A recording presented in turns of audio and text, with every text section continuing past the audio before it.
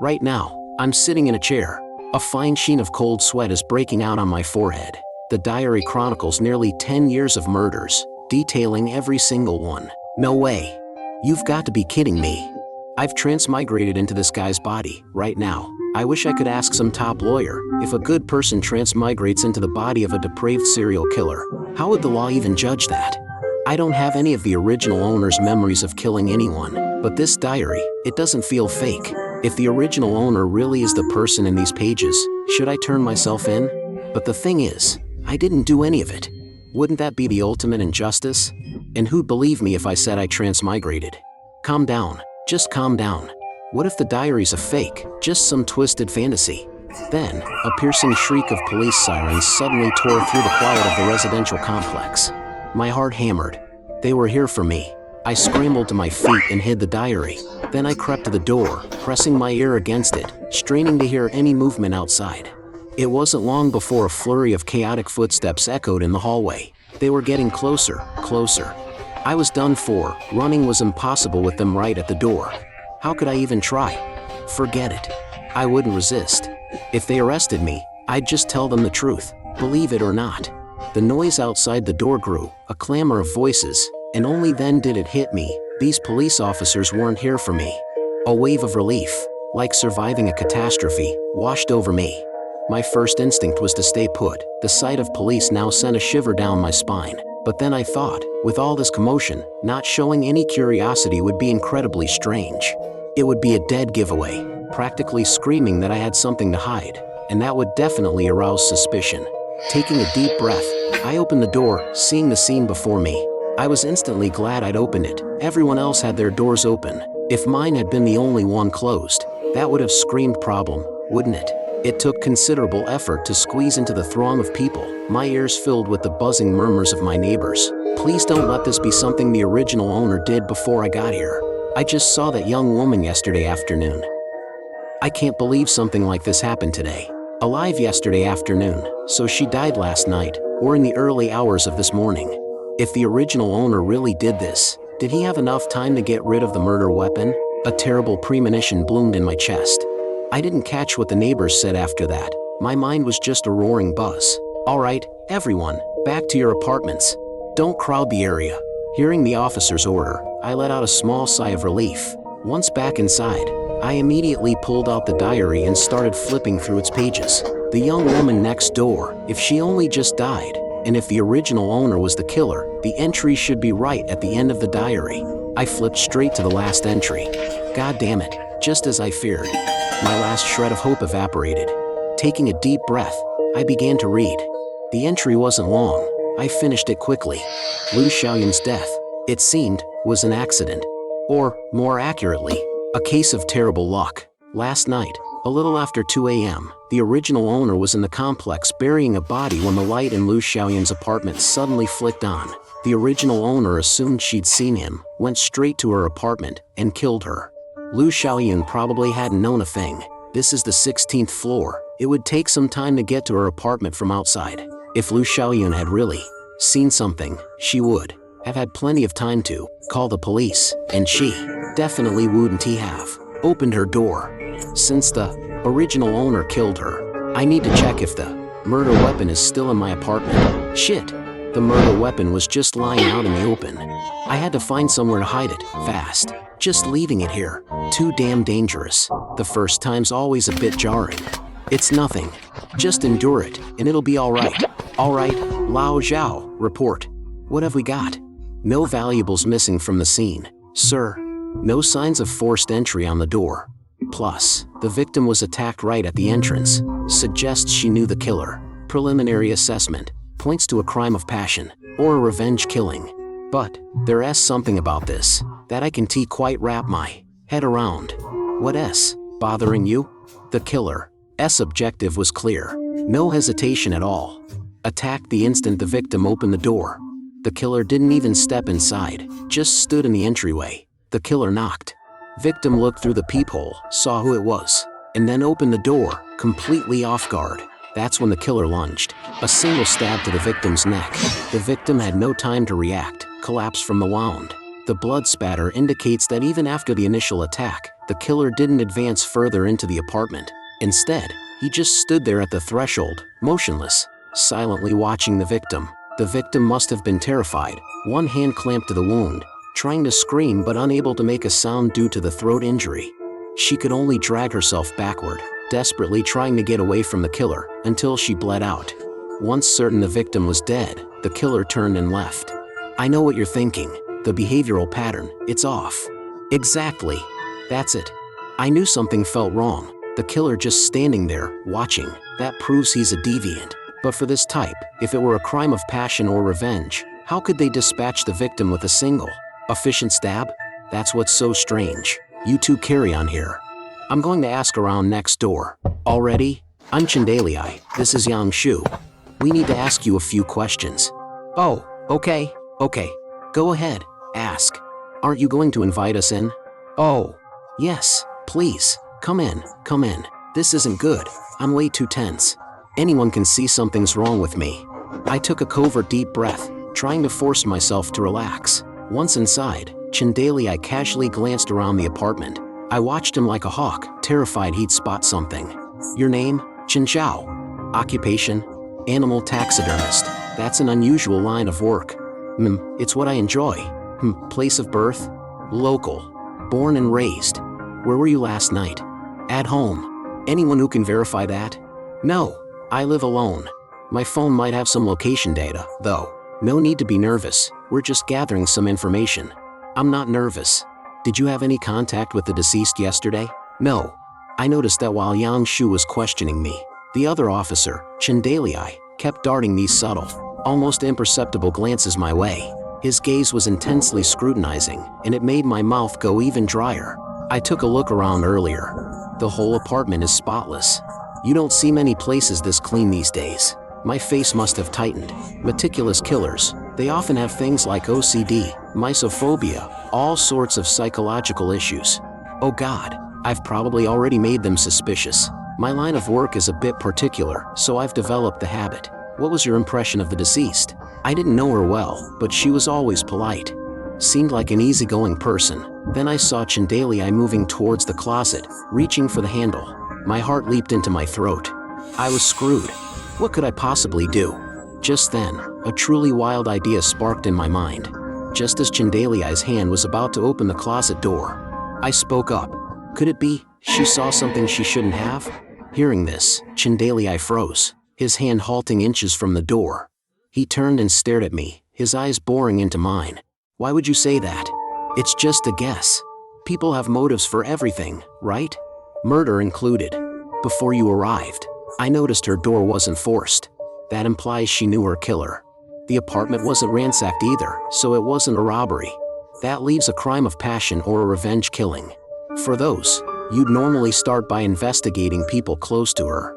Yet, you came to me first, a neighbor she barely knew. Of course, that's somewhat normal, given I live right here. The only thing that isn't normal, Officer Chen, is you. Officer Chen, I noticed at the moment you walked in. You act casual, but you're actually extremely wary, hyper-alert. Officer Yang, on the other hand, is just conducting a standard inquiry. So, what does that tell me? It tells me that subconsciously, you already consider me a potential suspect. I've told you, I didn't know her well. I don't think anyone would lie about something so easily disproven. Yet, you still suspect me. Why would one stranger suddenly want to kill another? The only motive I can think of for that is to silence a witness. Silencing. At that, Chen Dalei's eyes suddenly sharpened, all his attention snapping away from me. He bolted back towards the crime scene. Reaching the victim's window, he scanned the view outside intently, then whipped his head back around. He yelled to Yang Shu, "Get more men. Search that open area out front. Comb every inch of it." "Yes, sir." Watching Chen Dalei leave, I closed my door, an indescribable feeling churning inside me. Was it a thrill? Exhilaration? I couldn't dwell on it. Now, thanks to my reminder, they were onto it, which meant I absolutely had to read more of that diary. I needed to know more than the police did. It was the only way to protect myself. I pulled out the diary again and quickly flipped to the second to last entry. Reading it, a wave of revulsion washed over me, nausea, disgust, a suffocating weight of negative emotions that left me breathless. I'm a normal person, damn it. This entry, it was beyond anything I could stomach. Too cruel. Just then, another burst of sirens sounded outside. I went to the window and looked down at the police officers swarming below. My emotions were a tangled mess. But one thing was clear, I'm sorry, but there was no way I was turning myself in, because I genuinely wasn't the killer. Careful how you dig there. After about half an hour, the object was fully uncovered. It was a gift box, about half the height of a person. A beautiful, ornate bow was tied on top. There was a card attached to the box. On it, a single word, Bloom. Seeing that word, the ominous feeling in Chen Dale's eyes got intensified. Open it. Two officers gingerly opened the lid of the box. Upon seeing what was inside, their faces instantly turned a ghastly white. One of them collapsed, plopping right onto the ground. Even a veteran detective like Chen Dalei felt an involuntary shiver. How did you figure this out? A colleague asked him later. Chen Dalei recounted his interaction with Chen Xiao. What do you make of it? His colleague pressed. Let's not rush things, Chen Dalei said. We need to investigate further. Even if we brought him in for questioning now, we wouldn't get anything concrete. This is a high-end apartment complex. Security and privacy are tight. That's going to make cracking this case very difficult. The initial crime scene and autopsy reports won't be ready for at least 2 days. Just then, a middle-aged man approached them. He looked somewhat flustered. Clearing his throat, he said, I'm Lu Song, the property manager here. I am deeply distressed that such a heinous incident has occurred in our complex. This indicates that our security measures need to be improved. We will, of course, cooperate fully with the police department to help solve this case and apprehend the perpetrator as soon as possible. Right. Take us to the security office. The group proceeded to the security guard station. A security guard, probably in his early 20s, stood by the entrance, clearly already aware of the situation. This is my brother-in-law, Li Xian. He was the one on duty last night. How long have you been working here? About 1.5 years. Oh, that long? You don't look it. Heh, how do you find the job? It's all right. Pretty relaxed, mostly. Did you hear any disturbances last night? No outsiders came in. And you'd know if they did? Of course, I would. Relax. No need to be so tense. This is a high-end complex. We don't even allow food delivery personnel past the gate, and all other entrances are kept locked. Oh. So, you're saying the killer must be a resident? No, I wouldn't say that. It's a huge complex, people coming and going. How could I possibly keep track of everyone? I only said that earlier to emphasize how seriously I take my duties. Chen Dalei saw right through him. He asked a few more questions but got nothing further of substance from Li Xian. Then, he had Lu Song hand over the surveillance footage from the main entrance, to which Lu Song readily agreed. 40 lives. 40 whole lives. All recorded in this one small notebook. I forced myself to stay calm, but the horrors from the diary, instead of fading, seared themselves even more vividly into my mind. And with a terrifying clarity, I found myself understanding the original owner more and more. The room, once just strange yet tinged with a disturbing familiarity, now seemed to have subtly altered its very appearance. But in reality, the room hadn't changed. Not at all. Was my consciousness being consumed by this body again? The deceased has been identified as Tang Youyou, female, 23 years old, a local resident and an internet influencer. Cause of death, exsanguination, same as Lu Xiaoyun. However, post-mortem, Tang Youyou was brutally dismembered by the killer and arranged to resemble some kind of grotesque artwork. Time of death is estimated between 1 p.m. and 3 p.m. on June 28th. The victim was found to have a history of long-term use of sleep aid medication. No useful forensic evidence was recovered from the deceased's body. Footprints at the scene also yielded no viable information due to recent construction work in the area. This suggests deliberate action by the killer, indicating a high degree of forensic counter-awareness. The MO suggests this isn't their first offense, yet no similar cases have been found in our records. The victim's social circle appears to be quite complex. Given her status as an influencer and her attractive appearance, she had numerous admirers, which will significantly complicate the upcoming witness interviews. What's your take? It's a tough one. The killer is clearly a severe deviant. Posing the victim like an artwork makes the psychological motive glaringly obvious. But that doesn't actually help us solve the case. We don't know if the killer is selecting victims at random. If so, this is going to be a nightmare. Yeah, the pool of potential victims would be enormous. But even if it's huge, we've got no choice but to work through it. Let's start with those closest to her. Chen Dalei then picked up the victim's file and began to sift through her known associates. The list of connections was long, and he examined each one. He continued until a name caught his eye, one that felt somewhat familiar: Chen Zhao. Liu Xiaoyun, the young man from next door. Both victims had died in close proximity to his apartment. Could it really be a coincidence? Chen Dalei decided he needed to have another chat with this young man. Officer Chen, is there something else? Yes. There are a few more things we need to clarify. We'll need your cooperation. No problem. Let me just call my supervisor and ask for some time off. I was taken to an interrogation room. After I sat down, Chen Dalei got straight to the point. Do you know Tang Youyou? Yes, I know of her. Tell me about Tang Youyou. When was the last time you saw her? The last time. Just then, an image flashed into my mind. June 15th. You remember that clearly? Of course. That was the day I confessed my feelings to her. She turned me down. Did you hate her for it? Why would I? Getting rejected is perfectly normal. A tall, good-looking guy like you, and women still turn you down? It's normal. She was an influencer, right? Lots of guys chasing her. I guess I was just another fish in her pond. Tell me about June 28th. Where were you, and what were you doing? It was my day off. I don't recall everything perfectly, but nothing particularly memorable happened that day. Just the usual: rested, watched some videos, worked out a bit. That sort of thing. That should cover it. Did you see that large gift box we excavated? I saw it. Do you know what was inside? No, I don't. But just then, something flickered in my eyes. Even though I hadn't seen it myself and had no memory of it, I'd read the diary.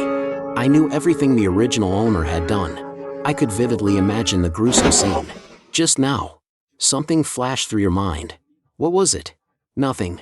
I just suddenly thought of something work-related. No. It was definitely related to my question. What was it? Chen Dalei's gaze was piercing, as if he could see straight into my soul. For a moment, I felt myself faltering under his intensity. Just as I was desperately trying to figure out how to respond, the interrogation room door creaked open. It was Yang Shu. Yang Shu gestured for Chen Dalei to step outside. Chen Dalei's brow furrowed in annoyance. He'd just started to uncover something. A little more time, and he might have gotten something useful. Once outside, Chen Dalei frowned. What is it? Yang Shu began. Chief, remember how forensics said the deceased showed signs of long-term use of sleep aid medication? Well, our follow-up interviews indicate she didn't actually have that habit. So, we revisited her apartment. And this time, we found something new. Someone else has been there after our first search.